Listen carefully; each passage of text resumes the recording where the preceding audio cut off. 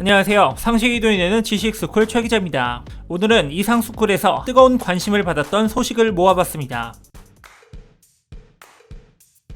모두가 평범한 일상을 보내는 오늘 4월 28일은 우리 역사의 성웅인 충무공 이순신 장군의 탄신일입니다. 세계 4대 해전을 이끈 이순신 장군을 보고 적국이었던 일본에서도 군신으로 존경을 표할 만큼 그의 업적은 대단했는데요. 임진왜란 당시 전염병과 싸우고 숱한 위기와 역경을 겪었지만 결국 이겨내고 나라를 구해냈습니다. 현재를 사는 우리는 이순신 장군의 위기를 기회로 만드는 활약을 잊지 말고 교훈으로 삼아야 할 것입니다. 한동안 침체되었던 해운업도 다시 재도약이 시작됐습니다. 문재인 대통령은 24일 세계 최대 컨테이너선 명명식에서 오늘 대한민국 해운 재건의 신호탄을 세계로 쏘아 올리게 됐다고 말했습니다. HMM의 24,000 TEU급 컨테이너선 아레시라스호 명명식에 참석한 문 대통령은 2년 전 해운 재건 5개년 계획을 발표하고 해양진흥공사를 설립해 해운산업 살리기에 나섰는데 그동안 이룬 성과를 국민께 알리게 됐다며 이같이 밝혔는데요. HMM은 국내 조선 3사와 약 3조 1천억 원 규모의 초대형 선박 20척의 건조 계약을 체결했으며 아레시라스호를 시작으로 9월까지 12척을 인도받을 예정이라고 하니 정부의 해운 경쟁력 세계 5위의 목표가 머지않을 것 같습니다. 23전 23승 무패란 업적과 나의 죽음을 알리지 말라는 명언을 남기며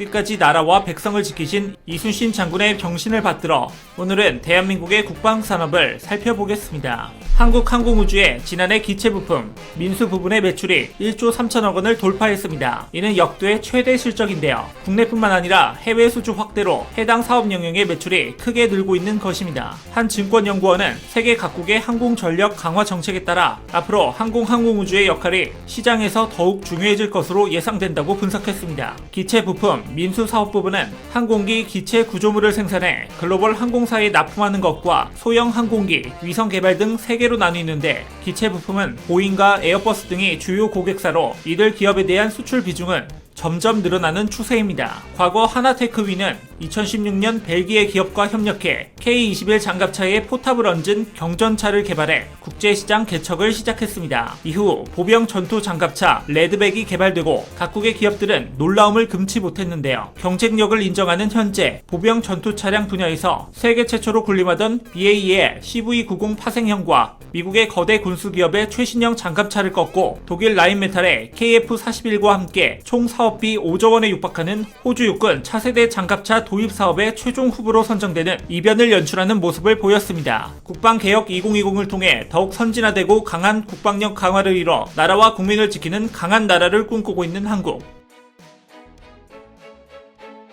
세계적 재난 위기인 지금 전 세계 각 국가들이 한국에 주목하고 있습니다. 특히 한국의 공공행정 시스템은 행정 한류로 불리며 국제사회에서 그 우수성을 인정받고 시스템 발전 경험을 국제사회와 공유하고 있는데요. 28일 오늘 정부는 AI와 빅데이터 등 ICT 기술을 접목한 디지털 정부 혁신을 이룩하고 4차 산업에 필요한 지원과 대국민 맞춤형 서비스 사업, 협업 행정, 원격 근무 지원 등 스마트 행정 환경을 구축할 예정이라고 해 기대감이 조성되고 있습니다. 대한민국 정부의 수립 이후부터 지금까지 국가와 정부의 중추적인 역할을 해오고 있는 행정안전부, 그 중에서도 온라인 기반의 디지털 정부를 구현하는 전자정부는 시간과 장소의 제약이 없는 온라인 행정 서비스로 세계적인 우수성을 인정받고 있는데요. 이러한 한국 행정 시스템은 과거에서부터 각 나라에게 모범을 보여주었습니다. 작년 특허청은 사우디의 사상 최대 규모인 지식재산 생태계 조성 사업의 핵심 파트너로 참여해 행정 한류의 확산과 수출의 새로운 장을 열어나갔습니다. 또한 우즈베키스탄과 몽골에는 전자정부 협력 사절단이 방문해 우리나라 전자정부 시스템을 도입할 수 있게 해주며 행정 한류 시대를 열었습니다. 더불어 글로벌 교류 협력단을 출범시켜 OECD 등 국제기구와 세계 여러 나라 교육훈련기관과의 인적 교류에 힘쓰며 국제사회를 선도하고 있습니다. 최근 코로나19로 인해 생긴 위기 속 국가가 국민을 지키는 재난안전 시스템도 K방역이란 이름으로 국제사회와 공유되고 있는데요. 지방자치단체들은 중앙정부와 별도 시스템을 구축해 각 지역 상황에 맞는 해법을 찾아 코로나19 차단에 앞장섰습니다. 강원도 인제군은 위축된 지역 경제와 취약계층의 생활 안전을 돕기 위해 모든 국민에게 인재사랑 상품권 20만원을 지급했습니다. 뿐만 아니라 강릉시는 모든 중국인 유학생을 대상으로 진단 검사를 시행, 전국 자치단체 중 처음으로 아동용 마스크와 교체용 필터를 무상으로 공급했습니다. 인천시 부평구는 전국 최초로 코로나19 확진자 및 접촉자에 대한 24시간 밀착 관리를 도입해 자가 격리를 점검, 지역사회의 감염 확산을 차단하는 성과를 거두었습니다. 이에 정부는 성공 모델로 평가받는 코로나19 대응 경험을 국제사회와 공유하기 위해 온라인 세미나를 개최할 예정이라고 밝혔는데요. 연이어 잡혀있는 이 세미나는 코로나19에 대한 직접적인 방역뿐 아니라 경제, 교육, 선거 등 영향받는 관련 분야 정책도 소개할 예정이라고 합니다. 공공행정의 우수성을 인정받고 있는 부처의 우수 제도와 시스템, 세계 여러 나라와 국제 교류 협력을 강화하며 국격을 높이고 새로운 성장 동력의 기반을 만들어가고 있습니다. 신속하고 정확하고 효율적인 국가 행정 시스템, 한국이기에 가능한 이러한 체계는 다른 국가들과 가장 차별화되는 자랑스러운 자산입니다.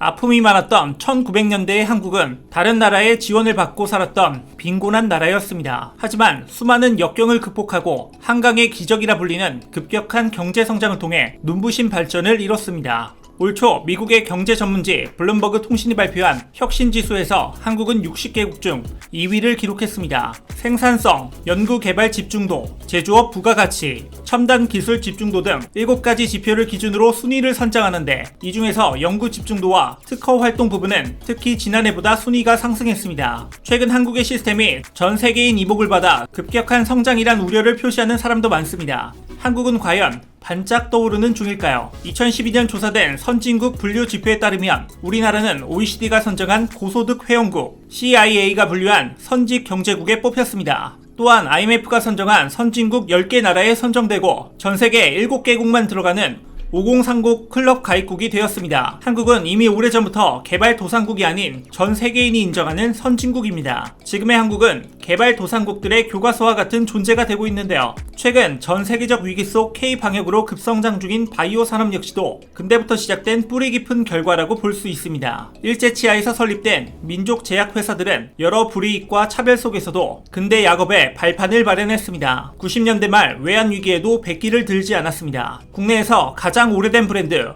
활명수의 동화약품, 국내 제약업계에서 가장 많은 해외 법인을 보유한 대웅제약 등 반세기 이상 지켜온 뚝심으로 현재 코로나19 치료제 개발을 위해 힘쓰고 있습니다. 오래전부터 주요 과제로 자리 잡고 있던 알츠하이머 신약 개발에 관해서도 한국의 기대감이 몰리고 있습니다. 지난 17일 국내 기업 젠백스 엔카엘의 신약 후보물질 GV1001에 관해 한국과 각국의 전문가들이 화상회의를 거쳤는데 이날 참석한 해외 석학들은 저마다 GV1001에 대해 큰 기대감을 표했습니다. 알츠하이머병 신약 개발은 2003년 이후 맥이 끊긴 상태라 더욱 주목이 되는 것인데요. 치매 증상평가 척도로 불리는 신경정신행동검사의 창시자인 제프리 커밍스 교수는 GV1001은 다양한 타깃에 작용하는 물질이라며 매우 성공적인 알츠하이머병 치료 약물이 될 가능성이 있다고 강조했습니다. 연구 분야에서도 한국의 두각은 드러납니다. 한국과학기술원 한 연구팀은 반도체 소자 동작의 기원인 준페르미 준위 분리 현상을 제일 원리적으로 기술하는데 세계 최초로 성공했다고 밝혔는데요. 국내 연구진이 70년 난제로 꼽히던 준페르미 준위 분리 현상의 원자 수준 규명에 성공한 것으로 반도체 소자의 구동 원리를 이해하는 데 중요한 성과이자 차세대 반도체 개발에 이론적 디딤돌을 마련할 것으로 기대되고 있습니다. 2020 블룸버그 혁신지수에 따르면 한국의 전반적인 혁신지수는 미국과 일본보다 월등히 앞섭니다. 특히 한국은 GDP 대비 연구개발비 비중이 4.81%로 세계 1위이며 연구개발비 절대 규모도 세계 5위 수준인데요. 이처럼 한국은 포스트 코로나로 혁신 선장을 확산 가속화하며 기술 냉전 시대 이후 한국의 국격과 위상은 더 높아질 것으로 기대됩니다.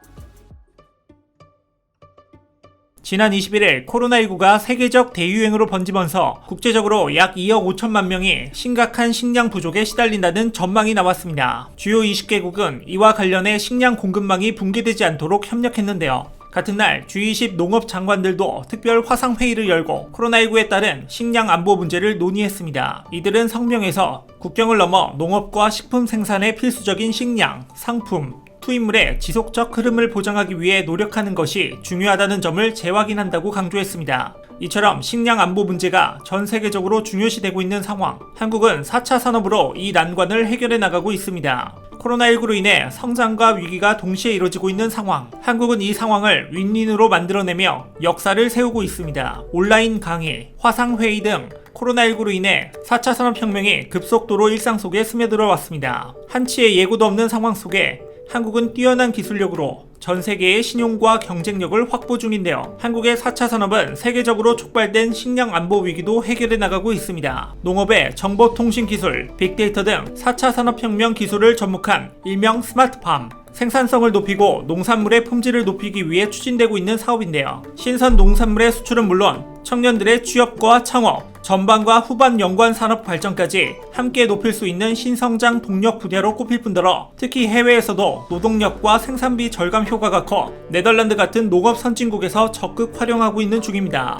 정부는 최근 5월까지 스마트팜 혁신밸리를 거점으로 한 스마트팜 확산 방안을 마련하고 이를 내년 예산안에 반영할 계획이라고 밝혔습니다. 기재부에 따르면 세계 스마트팜 기자재 시장의 규모는 네덜란드, 미국 등을 중심으로 커져 연평균 12.4%의 성장률을 보일 것으로 보고 있는데요. 기재부 관계자는 한국의 ICT 잠재력을 고려하면 노력 여하에 따라 단시일 내에 세계적 수준의 경쟁력을 확보할 수 있을 것으로 평가한다고 전해 전망이 높습니다. 더불어 농업기술 실용화 재단에서도 이 스마트팜을 활용한 해외 테스트베드 지원 사업, 2020년도 베트남, 중국, 인도 테스트베드 지원 사업을 시작한다고 밝혔는데요. 4차 산업에 따른 해외 농업 산업은 각 기업에서도 주목하고 있는 상황입니다. 27일 ICT 기반의 스마트 축산 스타트업 유라이크 코리아는 코로나 쇼크에도 일본에 200만 달러어치의 라이브 케어 수출 계약을 체결, 올해 하반기부터 제품을 선적한다고 밝혔습니다. 라이브 케어는 이 회사가 국내 최초로 상용화에 성공한 경구 투여형 실시간 추구 헬스케어 통합 서비스로 개체별 컨디션 모니터링 기반의 질병 조기 감지 및 번식 관리가 쉬워 축산의 전염병 확산 예방, 항생제 사용 절감 등을 통해 농가의 생산성과 품질 향상 효과를 얻을 것으로 기대됩니다. 전 세계 최초로 중동 사막에 벼농사를 짓고 중동과 중국, 베트남,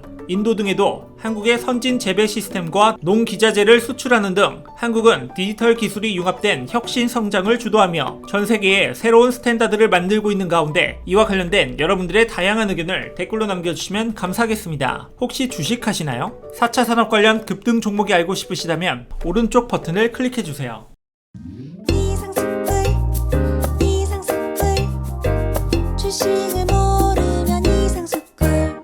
주식 모르니? 이상스쿨